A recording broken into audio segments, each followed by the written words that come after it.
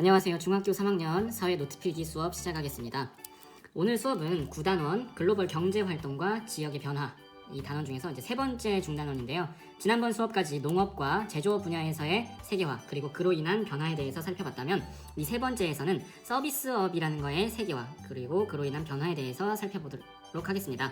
오늘은 첫 번째로 서비스업의 의미와 그리고 종류, 특징, 그리고 서비스업의 세계화가 어떤 모습으로 진행되는지 이렇게 간단하게 먼저 살펴보도록 하겠습니다. 교과서는 176에서 177쪽까지의 내용이고요. 그러면 오늘 이제 서비스업이라는 거에 대해서 배울 건데, 농업은 우리가 농사 짓는 거고 제조업은 공장에서 물건 만드는 건데, 서비스업이 뭔가 잘 감이 안 오시는 분들을 위해서 좀 간단하게 정리를 해보도록 하겠습니다. 아주 간단하게만. 서비스업이라는 거는 인간이 일상생활을 하는데, 아니면 기업이 이제 기업 활동을 하는데 필요한 여러 가지 것들이 있죠. 그런 서비스를, 예를 들면 일상생활 중에 택배라든가 아니면 식당이라든가 아니면 은행 업무 아니면 법률 상담 이런 거 있죠. 이런 인간 활동에 필요한 서비스를 제공하는 산업을 말합니다. 서비스업의 의미는 이렇게 인간 활동에 필요한 서비스를 그냥 제공해 주는 거다. 그 서비스의 종류에는 택배나 운송 아니면 식당이나 숙박 아니면 은행, 법률, 금융 이런 것들 다양한 종류가 있다. 이렇게 알아두시면 될 것 같아요. 자, 그러면은 첫 번째로 우리 오늘 수업에서는 서비스업의 특징과 종류에 대해서 이렇게 살펴볼 거고요. 그리고 서비스업의 세계화로 인해서 어떤 모습으로 변화됐는지 한번 다뤄보도록 하겠습니다. 먼저 서비스업의 특징은요. 서비스업은 좀 부자 나라에서 많이 발달하는 경우가 있어요. 그래서 경제 수준이 높고 좀 소득이 높은 선진국일수록 이 서비스업의 비중이 높다고 합니다.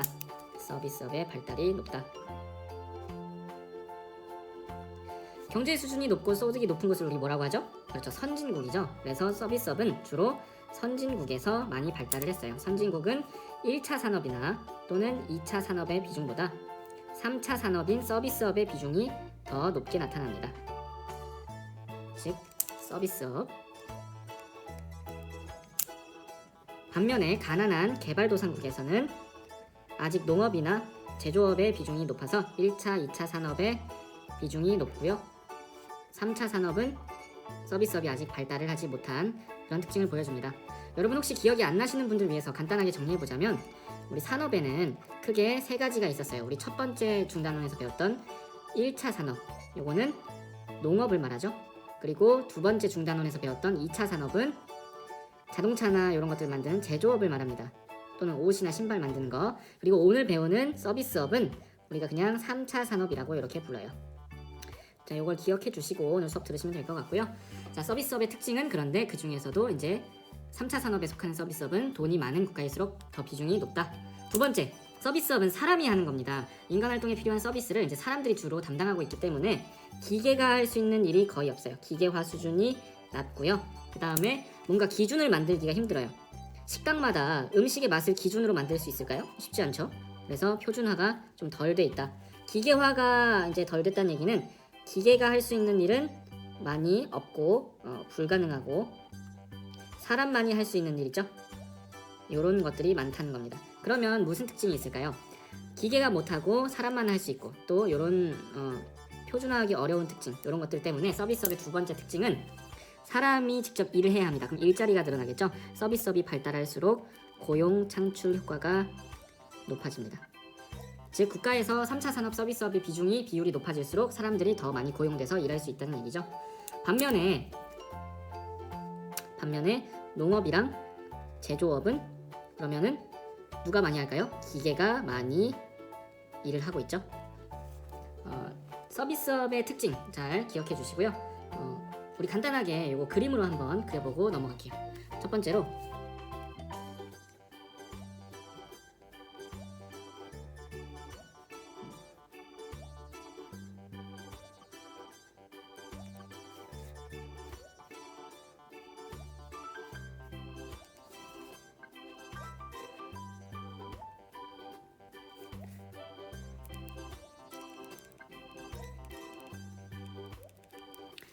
이렇게 밀밭에서 농업 분야에서는 기계가 직접 수확을 하고 이제 밀을 거두는 그런 모습을 그림으로 한번 그려봤고요.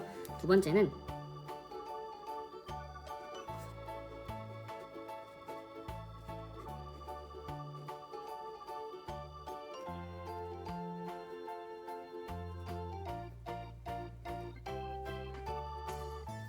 제조업 분야에서 이제 여기는 자동차 공장인데요. 자동차 공장에서 자동차가 쭉 이동을 하면 이 위험한 이런 일들을 이제 기계가 많이 담당을 하고 있습니다. 이런 식으로 농업과 제조업에서는 이제 기계화가 많이 된 반면에 서비스업에서는 그러지 않다는 거죠. 서비스업에서는 그냥 그렇게만 정리를 해보겠습니다. 농업과 제조업은 기계화가 많이 되었다.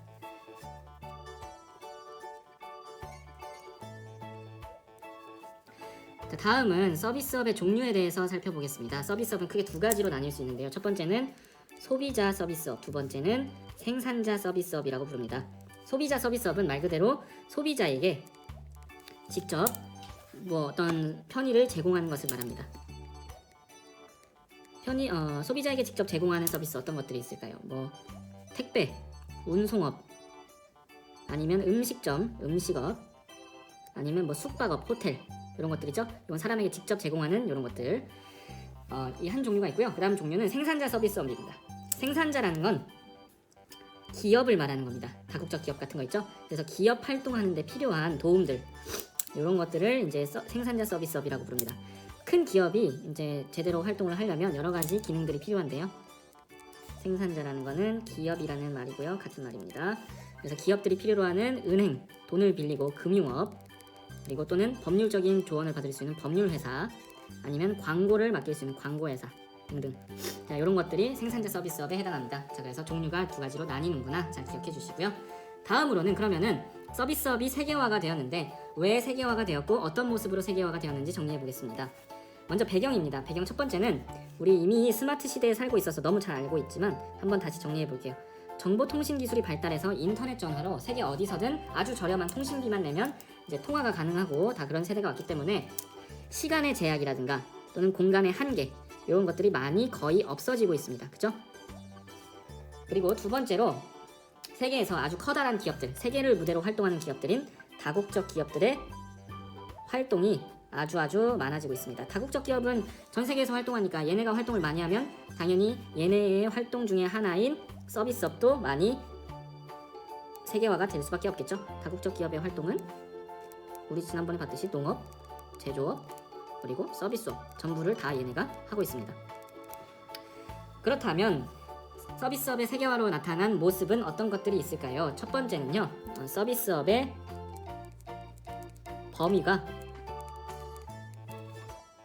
전 세계로 확대되고 있습니다.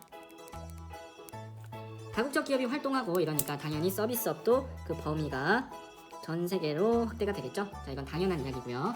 두 번째 게 중요한데요. 두 번째는 뭐냐면 서비스업이라는 업종도 다국적 기업이 얘네를 이제 담당하고 있잖아요. 그래서 얘네도 전 세계 필요한 기능들을 나누어서 공간적으로 일을 나누어서 하는 공간적인 분업을 하게 됩니다. 자, 이게 중요하니까 잘 기억해 주세요. 서비스업도 분업을 하는구나, 공간적으로. 자, 요거를 좀 더 설명해 보겠습니다. 다국적 기업은 만약에 얘가 선진국에 있다. 선진국에 있는 다국적 기업이 서비스를 담당하는 얘를 말하는 겁니다. 서비스를 담당하는 다국적 기업이 원래는 한 국가에서 일을 했는데 얘가 이제 분업을 한다는 거죠. 분업을 해서 어떻게 하냐, 일을 두 개로 나누는 겁니다. 이렇게 하나는 본사 기능, 하나는 필요한 아이폰 콜센터 기능, 이런 식으로 아이폰 예로 든다면, 자, 본사는 그러면 어디에 두냐? 얘는 선진국에 둡니다. 우리 지난번에 다국적 기업의 공간적 분업 얘기 들었죠? 본사는 공장을 운영하는 기업이든 서비스업을 운영하는 기업이든 정보가 제일 중요하기 때문에 선진국에 입지하고요. 반면에 콜센터는 개발도상국에 얘네도 나누어서 입지를 시킵니다. 개발도상국은 여러 가지 좋은 점들이 있었죠. 얘네는 일단 월급이 싸고요. 월급을 조금만 줘도 되고 기업 입장에서. 그리고 이 개발도상국이 본사랑 언어가 만약에 똑같다면 더 좋겠죠. 그리고 만약에 시간이 지구 반대편에 있어가지고 반대다, 그러면은 이 본사가 밤일 때 얘네는 낮이니까 콜센터를 운영하기가 좋겠죠. 자, 그러니까 이 분업이라는 것도 결국은 이 다국적 기업이 돈을 더 많이 벌기 위해서 하는 겁니다. 왜 분업을 하냐? 비용을 낮추기 위해서, 그리고 효율성을 높이기 위해서. 이런 식으로 서비스업인 콜센터 같은 거를 이제 기능을 분화시켜서 입지를 시키는데 그런 걸 서비스업의 공간적 분업이라고 부른다. 그 제조 공장을 분업하는 거랑 똑같은 이치라고 보면 됩니다. 결국은 비용을 줄이기 위해서 하는 거니까. 자, 오늘 수업은 여기까지 할 건데요. 다시 정리해보면 오늘은 서비스업의 세계화에 대해서 첫 시간으로 배웠습니다. 서비스업이라는 거는 인간에게 필요한 서비스를 제공하는 산업이에요. 서비스 종류는 여러 가지가 있죠. 근데 종류는 이제 두 가지로 나눠지고, 먼저 종류를 보자면 소비자에게 직접 무언가를 주는 거, 그 다음에 기업 활동에 도움을 주는 거, 이렇게 나눠지고요. 서비스업의 특징은 좀 부자일수록, 경제가 발전할수록 서비스업의 비중이 높아져요.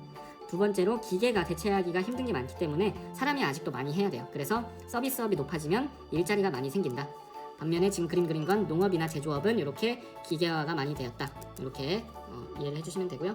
그 다음에 서비스업의 세계화 부분에서는 정보통신 기술이 발달하면서 시간과 공간의 한계가 줄어들어서 서비스업도 세계화가 되게 되었고요.